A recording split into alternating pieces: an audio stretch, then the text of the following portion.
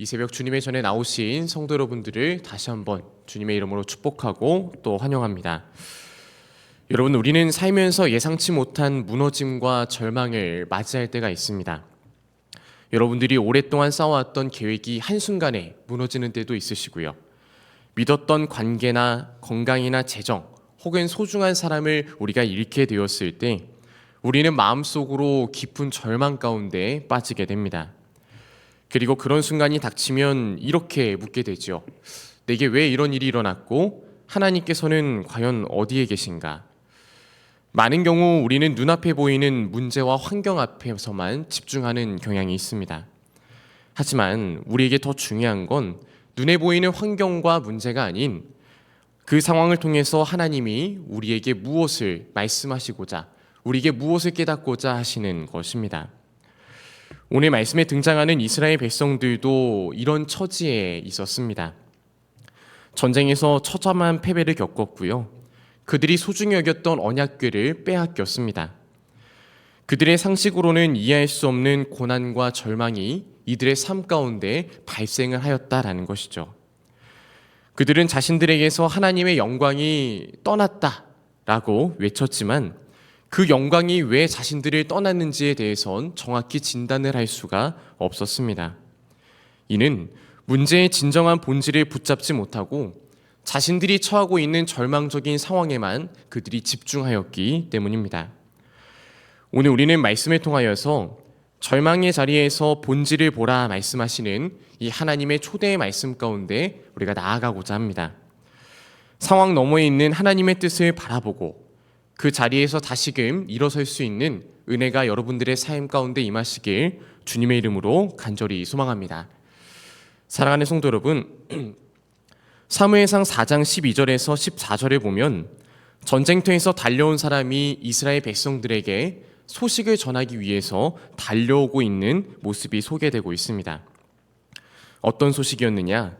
블레셋이 이스라엘을 크게 무찔렀고 심지어 하나님의 임재를 상징하는 언약궤가 빼앗겼다라는 그런 비참한 소식이었습니다.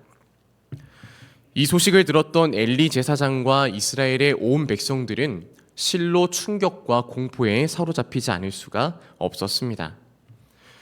언약궤는 분명히 하나님께서 자신들과 함께 하신다라고 하는 이 약속의 증거였는데 그것을 의지하고 승리를 확신하고 보호받는다라고 했던 그들 자신의 신화가 완전히 부정당했기 때문입니다. 그렇기 때문에 전쟁터에서 예상치 못했던 참패를 경험하게 되고 심지어는 언약궤마저 잃어버린 그들은 자신들에게서 하나님의 영광이 떠났다라고 절망할 수밖에 없었습니다. 여기서 우리는 중요한 교훈 한 가지를 발견하게 되죠. 눈앞의 상황과 결과에만 몰두할 때에 우리는 그 원인에 대해서 묻지 않는다라는 겁니다.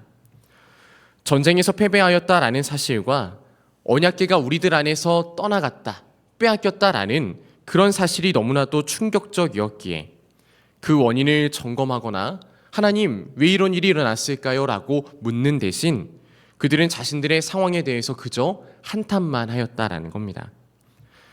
사랑하는 성도 여러분, 이 모습은 오늘날 우리들의 모습과도 많이 닮아 있죠. 위기와 어려움이 닥쳐올 때에 우리는 원인을 묻습니까? 하나님께 기도하며 그것에 대한 원인을 찾고 있습니까? 우리는 종종 결과만을 바라보고 하나님을 원망하고 하나님을 멀리할 때가 더욱더 많습니다. 그러나 하나님은 결과보다는 그 과정을 보시면서 그 안에서 우리의 마음과 우리의 태도, 우리의 생각이 과연 어떠한가를 살펴보고 계십니다. 우리는 전쟁에 패배하였던 이스라엘의 백성들처럼 상황에만 갇혀 문제의 진짜 원인을 바라보지 못하는 그런 우를 범해서는 안 됩니다. 바라기는 우리 모두가 문제가 생겼을 때에 먼저는 하나님과의 관계를 살펴보고 그 안에서 원인을 찾는 우리 모두가 되길 주님의 이름으로 간절히 소망합니다. 이어서 본문 15절은 백성들의 상태에 이어 엘리 제사장의 상태를 설명하고 있는데요. 우리 15절 말씀을 다시 한 번만 더 봉독하며 나아가겠습니다. 그때 엘리의 나이가 98세라 그의 눈이 어두워서 보지 못하더라. 아멘. 여기서 엘리의 눈이 흐려졌다 라고 하는 사실은 그에게 단지 육적인 시각, 그 육적인 시각에 문제가 생겼을 뿐만 아니라 그의 영적인 시력마저 잃어버렸다라는 상태를 상징적으로 보여주고 있습니다. 그는 분명 오랜 세월 동안 언약궤, 성막을 지켜왔던 제사장이었음에도 자식의 잘못에 대해 이스라엘 백성들의 무너진 영적인 상태에 대해서 그는 심히 민감하지 못하였습니다. 결국 지도자로서의 이러한 모습은 이 둘을 모두 최악의 상황 가운데 인도하고 맙니다. 17절은 엘리가 자초한 최악의 상황에 대한 보고인데요. 우리 17절의 말씀 역시 함께 한 목소리로 봉독하겠습니다. 소식을 전하는 자가 대답하여 이르되 이스라엘이 블레셋 사람들 앞에서 도망하였고 백성 중에는 큰 사력이 있었고 당신의 두 아들 홈니와 비느하스도 죽임을 당하였고 하나님의 궤는 빼앗겼나이다. 아멘. 엘리가 들었던 소식은 총 3가지였습니다. 첫 번째로는 이스라엘이 블레셋 앞에 패하였다. 그리고 당신의 아들 홈니와 비느하스가 죽임을 당하였다. 또한 마지막으로 너희들의 언약궤가 빼앗겼다라는 안타까운 소식이었습니다.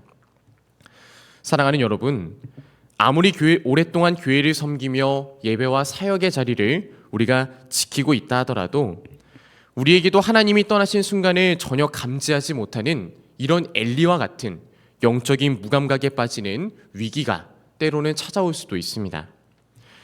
앞선 엘리의 추락은 하루아침에 일어났던 그런 일이 아니었습니다. 그의 추락은 수년간의 경고, 너희 자식의 죄에 대해서 언급하라.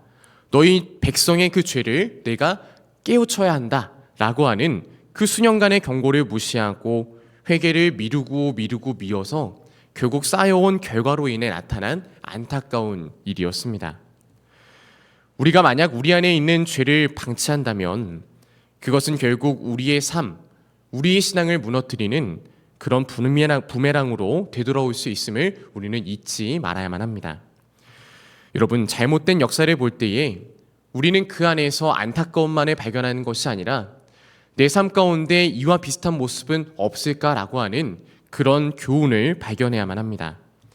바라기는 여러분들 모두가 엘리와 같은 모습이 되지 않기를 주님의 이름으로 간절히 소망합니다. 본문 19절에 이르러서 본문의 시선이 갑자기 비느하스의 아내, 곧 엘리의 며느리에게로 그 시선이 옮겨지고 있음을 우리는 확인하게 됩니다. 블레셋의 침략 소식과 언약궤 상실, 그리고 남편 비느하스와 시아버지 엘리의 죽음, 이 모든 소식을 한꺼번에 들었던 비느하스의 아내는 갑작스러운 진통 끝에 아들을 낳았습니다. 출산은 원래 기쁨의 사건이어야만 하지만 그녀는 해산의 고통보다 더 큰 영적인 절망, 그런 절망 속에 빠지게 되어서 아이의 이름을 이가봇, 곧 영광이 떠났다라고 그의 자녀의 이름을 짓게 되어집니다. 여기서 우리는 이스라엘 공동체의 집단적인 진단 실패를 보게 됩니다. 그들은 언약궤가 사라졌기 때문에 하나님의 영광이 떠났다라고 그들의 상태를 생각했지만 사실 하나님이 그들을 떠난 것이 아니라 그들의 불순종, 그들의 무관심이 하나님을 밀어내고 또한 하나님과 함께하지 못했음을 그들은 먼저 깨달아야만 했습니다. 여러분, 하나님의 영광은 결코 영적 전쟁 전략이나 혹은 종교 의식에 매여 있지 않습니다. 백성이 하나님을 경외하지 않고 그와의 관계를 지키지 않을 때에 영광은 그들에게서 떠난 것처럼 그렇게 보였을 뿐입니다. 비느하스의 아내는 이 모든 절망을 담아서 영광이 이스라엘에게서 떠났다라고 외쳤습니다. 그녀는 아이에게 이가봇이라고 하는 이름을 지어 이 문제를 아예 자신들의 정체성으로 규정해버리고 만 겁니다. 잘못된 문제의 진단이 후대에 이어지는 이름이 되어버렸다라는 것이죠. 여러분, 때때로 우리도 위기의 순간 가운데 하나님이 나를 버리셨다, 하나님의 영광이 나를 혹은 우리 나라를 떠났다라고 선언하면서 우리 스스로를 절망과 어둠 속에 가두고 있지는 않습니까? 진짜 문제는 하나님께 있는 것이 아닙니다. 우리가 하나님을 나의 마음의 왕자에서 밀어내고 신앙의 외형만 붙잡으려고 했던 태도에 그 모든 원인이 있음을 우리는 잊지 말아야만 합니다. 오늘 말씀은 우리에게 다음과 같이 묻고 있지요. 지금 과연 내 안에 있는 그 이가봇, 영광이 떠났다라고 하는 그 고백이 어디에서 비롯되고 있느냐를 성경 말씀은 우리에게 묻고 있습니다. 혹시 우리도 성경에 나온 이들처럼 상황과 환경 혹은 다른 사람들만 탓하면서 하나님의 영광이 떠났다라고 쉽게 결론 짓고 있지는 않습니까? 진정한 영광의 회복은 내 마음의 보좌 가운데 나로서 우상을 섬기고 있던 그 자리에 하나님을 다시금 모시고 그와의 관계를 회복하는 데 있음을 우리는 잊지 말아야만 합니다. 여러분, 하나님은 실패의 현장 속에서도 여전히 회개하는 심령을 찾으시고 계시고 그 심령 위에 다시금 그의 영광의 장막을 쳐주십니다.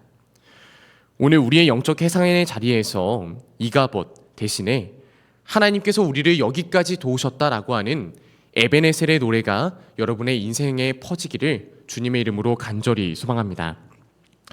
말씀을 정리하겠습니다. 오늘 우리는 이스라엘의 패배와 영광이 떠난 이야기를 통해서 절망 가운데 그 상황을 바라보는 것이 아닌 본질을 바라보라라고 하는 하나님의 부르심을 들었습니다. 상황을 한탄하는 데 멈추지 않고 왜 하나님께서 우리를 멈추게 하셨는지를 묻는 것이 진짜 신앙인의 모습입니다. 문제는 환경이 아닙니다. 하나님을 떠난 우리의 마음이 언제나 원인입니다. 그러나 그 마음이 다시금 하나님께 돌아갈 때 하나님은 영광을 회복시켜 주신다라고 우리에게 분명하게 말씀하여 주셨습니다. 특별히 이 새벽 우리가 말씀을 기억하면서 이렇게 기도하였으면 좋겠습니다. 하나님, 절망 속에서도 본질을 보게 하시고 내 안의 죄와 불순종을 깨닫게 하여 주옵소서. 말씀 앞에 다시금 서서 하나님의 영광을 회복하는 믿음의 길을 걸어가게 하여 주옵소서라고 여러분들 그렇게 결단하시고 또한 그렇게 기도하는 이 새벽이 되길 주님의 이름으로 간절히 소망합니다.